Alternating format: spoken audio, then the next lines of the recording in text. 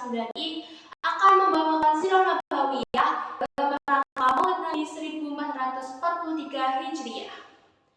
Menelusuri sejarah kehidupan Nabi Muhammad SAW merupakan perjalanan yang syarat dengan ilmu dan hikmah. Karena sejak masih dalam kandungan ibunya, beliau sudah memberikan pelajaran kepada kita betapa berat hidup yang harus ia jalani. Tetapi kesempurnaan dalam iman dan bertakwa kepada Allah Subhanahu wa Ta'ala berbuah hadiah dan hikmah yang luar biasa sebagai kekasih Allah Subhanahu wa Ta'ala. Hingga jadilah ia menjadi kekasih seluruh umat manusia sepanjang zaman. Berikut ini penggalan kisah hidup Nabi Muhammad SAW. Nabi Muhammad dilahirkan pada hari Senin tanggal 12 Rabiul Awal pada tahun Gajah di kota Makkah. Mengapa disebut dengan tahun Gajah? Tahun kelahiran Nabi Muhammad SAW disebut dengan tahun Gajah karena berkaitan dengan peristiwa pasukan gajah yang dipimpin oleh Abraha.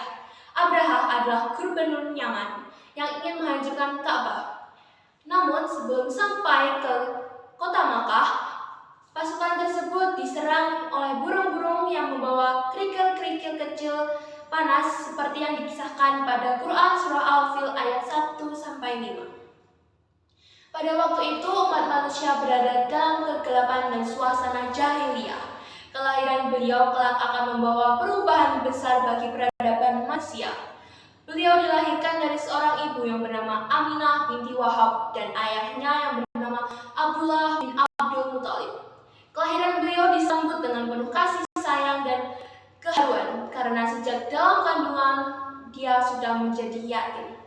Ayah beliau wafat ketika Nabi Muhammad SAW berusia 6 bulan dalam kandungan ibunya. Bayi Rasulullah dibawa ke Ka'bah kemudian diberi nama Muhammad, nama yang belum pernah ada sebelumnya. Di dalam hadis riwayat Bukhari dan Muslim disebutkan nama dan gelar Nabi Muhammad antara lain. Yang pertama Ahmad, yang paling terpuji. Yang kedua Al-Mahi, pengikis atau penghapus. Al-Hashir, penghimpun. Al-Waqib, penutup. Mukafi, yang mengikuti. Nabi Tawbah, Nabi Taubat, dan Nabi Rahmah, Nabi Rahmat. Nama-nama tersebut berdasarkan penuturan beliau sendiri, dan kita tahu bahwa setiap sabda beliau berdasarkan wahyu. Jadi bisa disimpulkan bahwa yang memberi nama atau gelar tersebut adalah Allah Subhanahu wa Ta'ala. Setelah lahir, Nabi Muhammad pertama kalinya disusui oleh ibunya Aminah, dan selepas itu Muhammad disusukan selama beberapa hari oleh Suwaibatul Aslamiyah, budak suruhan Abu Lahab, sambil menunggu kedatangan wanita dari Banu Sa'ad. Ini dilakukan karena adat menyusukan bayi sudah menjadi kebiasaan bagi bangsawan-bangsawan Arab di kota Makkah. Beberapa kemudian datanglah wanita dari Banu Sa'ad yang bernama Halimah bin Abi Duwaib, yang pada mulanya tidak mau menerima tawaran untuk menyusui Muhammad karena seorang anak yatim.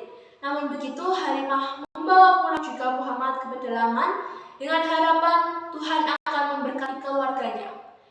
Sejak diambilnya Muhammad sebagai anak asuhan, kambing ternakan dan susu kambing-kambing tersebut semakin bertambah setiap harinya. Nabi Muhammad SAW tinggal bersama keluarga Halimah selama kurang lebih 5 tahun. Pada usia 2 tahun, beliau didatangi oleh 2 orang malaikat yang muncul sebagai lelaki yang berbawa pakaian putih. Mereka datang untuk membedah hati Muhammad, kemudian disucikan dan diisi dengan hikmah. Pada waktu itu Halimah dan suaminya tidak menyadari ada kejadian tersebut. Hanya anak-anak mereka yang sebaya menyaksikan kedatangannya dan memberikan kepada Halimah. Halimah lantas memeriksa keadaan Muhammad, namun tidak ada kesan aneh yang ditemui. Karena takut, maka Muhammad dikembalikan kepada keluarganya. Tetapi kemudian diasuh oleh Halimah lagi sampai usia 5 tahun. Selama itu Muhammad mendapat kasih sayang, kebebasan jiwa, dan penjagaan yang baik dari Halimah dan keluarganya. Setelah itu Muhammad dibawa pulang pada kakeknya Abdul Thalib di kota Makkah. Pada usia 6 tahun, Siti Aminah membawa Muhammad ke Madinah untuk bertemu dengan saudara-saudaranya dan juga mengunjungi makam dari ayahnya, yaitu Abdullah. Mereka ditemani oleh Aiman. Sesudah sebulan mereka berada di Madinah, mereka pun pulang. Setelah sampai di Al-Habwa, Aminah jatuh sakit dan kemudian meninggal dunia dan dikuburkan di situ juga. Muhammad dibawa pulang ke Mekah oleh Aiman dengan perasaan yang sangat sedih. Maka jadilah Muhammad sebagai seorang anak yatim piatu. Kemudian beliau tinggal bersama kakeknya. Kegembiraan Muhammad untuk tinggal dengan kakeknya pun tidak bertahan lama. Ketika Muhammad berusia 8 tahun, kakeknya pun meninggal dunia. Setelah kakeknya meninggal dunia, Abu Thalib mengambil alih tugas untuk menjaga Muhammad. Walaupun Abi Thalib kurang mampu dibandingkan saudara-saudara yang lain, namun dia mempunyai perasaan yang paling haus dan terhormat di kalangan orang-orang Quraisy. Abu Thalib menyayangi Muhammad seperti dia menyayangi anak-anaknya sendiri. Dia juga tertarik dengan budi pekerti Nabi Muhammad yang sangat mulia. Pada suatu hari ketika mereka berkunjung ke Basra untuk berdagang sewaktu Muhammad berusia 12 tahun, mereka bertemu dengan seorang pendeta yang telah dapat melihat tanda-tanda kenabian pada Muhammad. Lalu pendeta tersebut menasihati Abi Thalib untuk supaya membawa Muhammad kembali ke Mekah karena khawatir orang-orang Yahudi akan menyakiti Muhammad setelah mengetahui tanda-tanda tersebut. Abu Thalib juga menuruti nasihat pendeta tersebut dan segera pulang ke Mekah. Muhammad juga diberi tugas sebagai penggembala kambing. Nabi Muhammad menggembala kambing keluarganya dan penduduk di kota Mekah. Muhammad selalu berpikir dan merenung tentang kejadian-kejadian alam selama menjalankan tugasnya sebagai penggembala. Oleh sebab itu Muhammad jauh dari segala pemikiran nafsu duniawi, terhindar daripada perbuatan yang sia-sia, sesuai dengan gelar yang diberikan, yaitu Al-Amin. Ketika Nabi Muhammad mencapai usia remaja dan berkembang menjadi seorang yang dewasa, ia mulai mempelajari ilmu bela diri, memanah, dan juga berdagang. Muhammad sering berdagang ke arah utara, dan kabar tentang kejujuran dan sifatnya yang dapat dipercaya menyebar luas dengan cepat, membuatnya banyak dipercaya di kalangan penduduk Mekah. Salah seorang yang mendengar kabar tersebut adalah Khadijah. Kejujuran Muhammad membuat Khadijah mempercayainya untuk mengatur barang dagangan. Muhammad dijanjikan akan dibayar 2 kali lipat daripada biasanya. Dan Khadijah sangat terkesan karena sekembalinya Muhammad membawa hasil yang lebih dan lebih setiap harinya. Akhirnya pada usia 25 tahun, Nabi Muhammad menikah dengan Khadijah binti Khuwailid, bangsawan Quraisy yang pada waktu itu berusia 40 tahun. Pernikahan ini diawali oleh Nabi Muhammad yang melamar Khadijah. Dari pernikahan Muhammad dengan Khadijah ini, beliau mempunyai beberapa orang anak, yaitu Ibrahim, Qasim, Zainab, Ruqayyah, Ummu Kulsum, Fatimah, dan Abdullah. Pada usia 40 tahun, Nabi Muhammad menerima wahyu pertamanya dan diangkat sebagai Nabi sekalian alam. Ketika itu, beliau berada di Gua Hira dan senantiasa merenung dalam kesunyian, memikirkan nasib umat manusia pada zaman itu. Maka datanglah malaikat Jibril yang menyapa dan menyuruhnya membaca ayat Al-Quran yang pertama diturunkan kepada Muhammad, yaitu Quran Surah Al-Alaq ayat 1. Kemudian Nabi Muhammad mulai berdakwah secara sembunyi-sembunyi di kalangan keluarganya. Khadijah dan Ali bin Abi Thalib adalah orang pertama yang beriman pada ajarannya.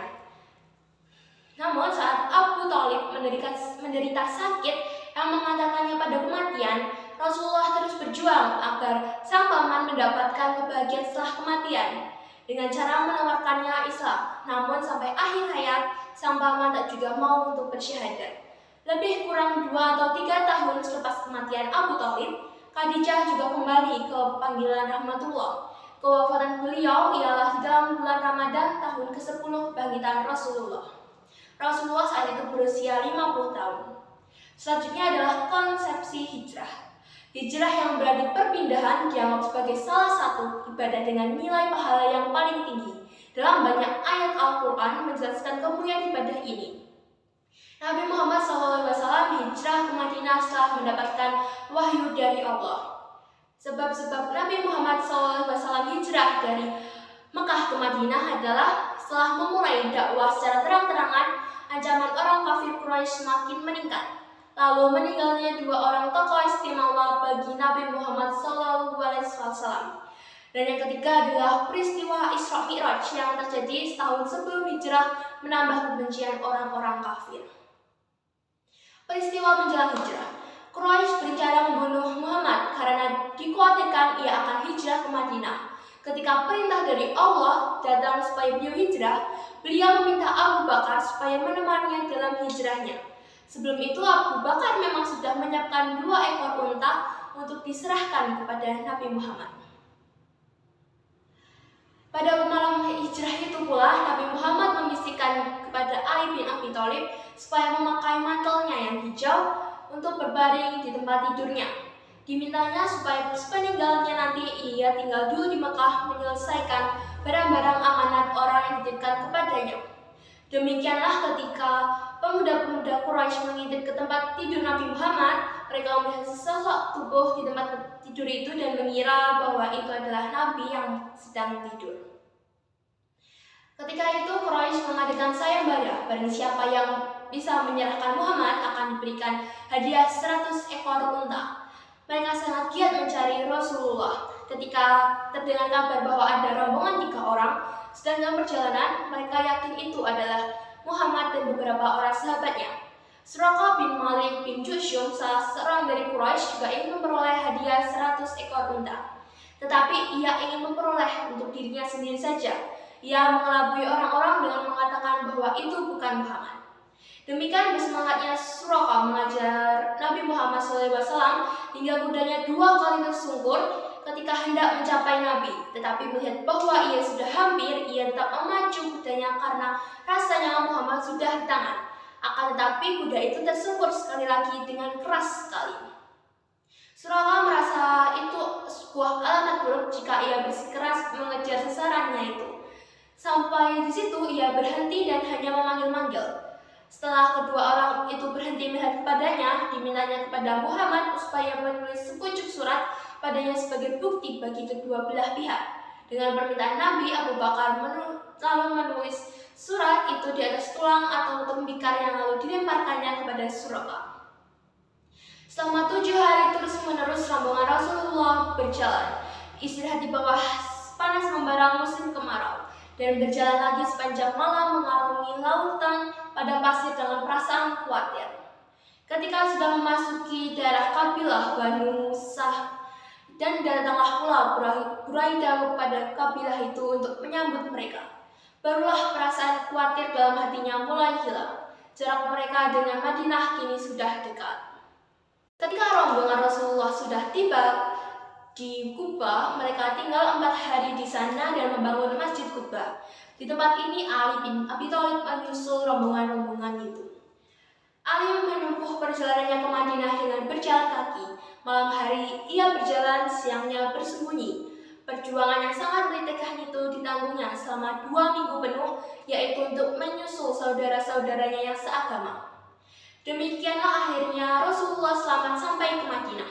Hari itu adalah hari Jumat dan Muhammad berjumat di Madinah. Di tempat itulah adalah masjid yang terletak di perut wadi Rana itulah kaum muslimin datang. Masing-masing berusaha ingin melihat serta mendekatinya. Mereka ingin memuaskan hati terhadap orang-orang yang selama ini belum pernah mereka lihat. Hati yang sudah penuh cinta dan rangkuman iman akan bersalahnya. Dan yang selalu namanya disebut pada setiap kali sembahyang. Orang-orang terkemuka di Madinah menawarkan supaya ia tinggal pada mereka. Beberapa hari kemudian istri Nabi Muhammad dan anak-anak mereka pun menyusul ke Madinah setelah terjadi peperangan Badar. Di Madinah Rasulullah memanjatkan doa-doanya. Dan Allah pun mengabulkan doa beliau dan beliau pun tetap tinggal di Madinah. Karena begitu cinta beliau terhadap kota ini. Dengan janjian dengan kaum non-muslim, dalam rangka mengharmoniskan hubungan antara komunitas di Madinah, Nabi Muhammad menandatangani MOU dengan penduduk Madinah yang berisi kelompok ini mempunyai pribadi keagamaan dan politik. Kelompok berhak menghukum orang-orang yang membuat kerusakan. Lalu kebebasan beragama terjamin untuk semuanya. Dan penduduk Madinah berkewajiban saling menolong, baik moral maupun material. Dan juga Rasulullah adalah pemimpin penduduk Madinah. Karena itu setiap ada perselisihan maka Rasul menjadi solusinya. Haji Wada atau Haji Perpisahan. Pada bulan Zulqa'dah tahun ke-10 Hijriah, Nabi Muhammad mengumumkan bahwa dirinya akan melaksanakan ibadah haji pada tahun itu. Beliau menyeru agar umat muslim ikut serta dalam rombongannya, sehingga mereka tahu bagaimana tata cara berhaji yang benar sesuai dengan yang disyariatkan pada Nabi Muhammad. Seluruh umat muslim sangat antusias menyambut seruan Nabi tersebut. Puluhan bahkan ratusan ribu umat Islam datang dari seluruh penjuru wilayah dan bergabung dengan Nabi untuk berhaji ke Mekah. Mereka gegap gempita memenuhi panggilan Allah. Saat melakukan ibadah haji terakhirnya, Nabi Muhammad menyampaikan khotbah perpisahan yang di dalamnya berisi perintah dan larangan Allah Subhanahu wa Ta'ala.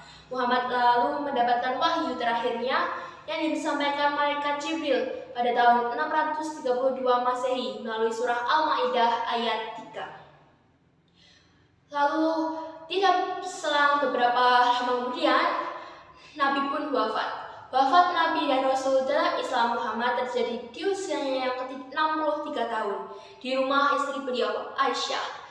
Pada saat sakitnya yang berujung kematian, Nabi Muhammad kerap mengadu pada Aisyah bahwa beliau masih merasakan rasa sakit yang diakibatkan oleh racun yang terkonsumsinya olehnya dari daging yang diberikan wanita Yahudi bernama Zainab binti Al-Harits di Khaybar.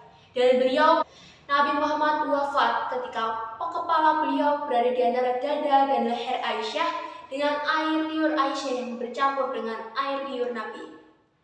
Peristiwa wafatan Rasulullah ini berlaku ketika pagi sudah meningkat di hari Isnin 12 Rabiul Awal tahun ke-11 Hijriah. Di waktu usia Rasulullah genap 63 tahun dan 4 hari. Ketika berita kewafatan Rasulullah yang memiliki itu tersebar luas, suasana muram menyelubungi persada Madinah dan jarak daerahnya. Tidak pernah melihat kota Madinah yang begitu cerianya menjadi murung dan lebih buruk pada hari kewafatan Rasulullah. Saat ini makam Muhammad termasuk ke dalam Masjid Nabawi, tepatnya di bawah naungan kubah hijau, sebuah ikon yang menjadi ciri khas Masjid Nabawi. Muhammad memberikan 2 petunjuk yang dijadikan pedoman bagi manusia untuk selama-lamanya, yaitu Al-Quran dan hadis. Setelah kematian Rasulullah, pemerintahan Islam dilanjutkan oleh 4 sahabatnya, yaitu Abu Bakar, Umar bin Khattab, Utsman bin Affan, Ali bin Abi Thalib sebagai Khulafaur Rasyidin. Yang dapat saya sampaikan terkait sirah nabawiyah yang saya bawakan. Kurang lebihnya saya mohon maaf. Wassalamualaikum warahmatullahi wabarakatuh.